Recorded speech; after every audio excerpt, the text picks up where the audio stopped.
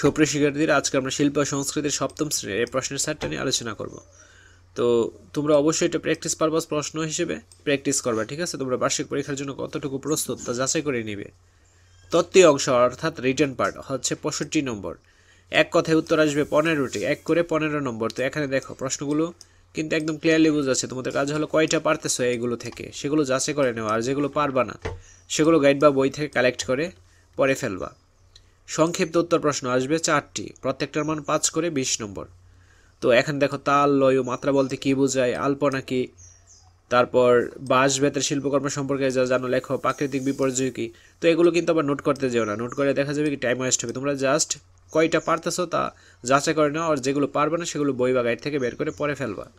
ছবি দেখে লেখো, আর্ট অ্যাপ্রিসিয়েশন বা ক্রিয়েটিভ রাইটিং। তোমাদের এরকম একটা ছবি দিতে পারে, ছবি দেওয়ার পর তোমাদেরকে বলবে এটা নিজের ভাষায় লিখো, এর জন্য তোমরা পাবে 10 নম্বর। তো তোমাদের প্রশ্ন থাকতে পারে কী কারণে আমরা এরকম ভিডিওগুলো ইউটিউবে আপলোড করতেছি। মূলত তোমাদের বার্ষিক পরীক্ষার প্রস্তুতিটা যেন ভালো হয়, তোমরা যেন বেশি করে প্রস্তুতি নিতে পারো, তার জন্যই এরকম প্রশ্নের সেটগুলো ইউটিউবে আপলোড করা। হাই এভরিওয়ান, এটি আমার পার্সোনাল চ্যানেল, সবাই সাবস্ক্রাইব করে দিও। এখনও ভিডিও আপলোড হয়নি, ভেরি সুন ভিডিও আপলোড করা হবে। চ্যানেলের লিঙ্ক ভিডিও অ্যান্ড কমেন্ট বক্সে দেওয়া থাকবে। রচনামূলক উত্তর প্রশ্ন আসবে 2টা, প্রত্যেকটার মান 10 করে 20 নম্বর। কার নেতৃত্বে বাংলাদেশের জাতীয় প্রতীকের নকশা করা হয়, জাতীয় প্রতীকের মর্মার্থ ব্যাখ্যা করো। মৃৎশিল্পে কীভাবে মাটি প্রস্তুত করতে হয়, এস সুলতান তার ছবিতে কী কী বিষয় ফুটিয়ে তুলতে চেয়েছে। তারপর খ বিভাগ ব্যবহারিক অংশ থাকবে 35 নম্বর। বন্ধু খাতা প্রদর্শন, তো তুমি সারা বছর ধরে যে বন্ধু খাতার মধ্যে যা যা লিখছো বা অঙ্কন করেছো সেটা প্রদর্শন করতে হবে, তার জন্য তোমরা পাবে 15 নম্বর।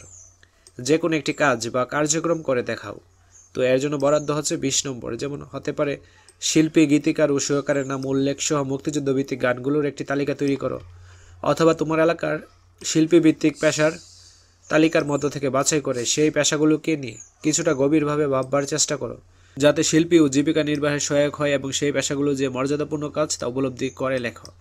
অথবা প্রাণ প্রকৃতি ফুটিয়ে তুলে তোমার ইচ্ছা মতো একটি ছবি আঁকো। এরকম টাইপের প্রশ্ন দিতে পারে, ঠিক আছে? তো এটা জাস্ট প্র্যাকটিস পারপাস প্রশ্ন, এটা থেকে কমন আসতেও পারে আবার নাও আসতে পারে। তো আশা করছি বুঝতে পেরেছো। আজকের ক্লাসটি এই পর্যন্তই। পরবর্তী ক্লাসটি সবার আগে পাওয়ার জন্য অবশ্যই চ্যানেলটি সাবস্ক্রাইব করে অল নোটিফিকেশন অন করে রাখো, যেন ভিডিও ছাড়া মাত্রই সবার আগে তোমাদের কাছে পৌঁছে যায়। ধন্যবাদ সবাইকে।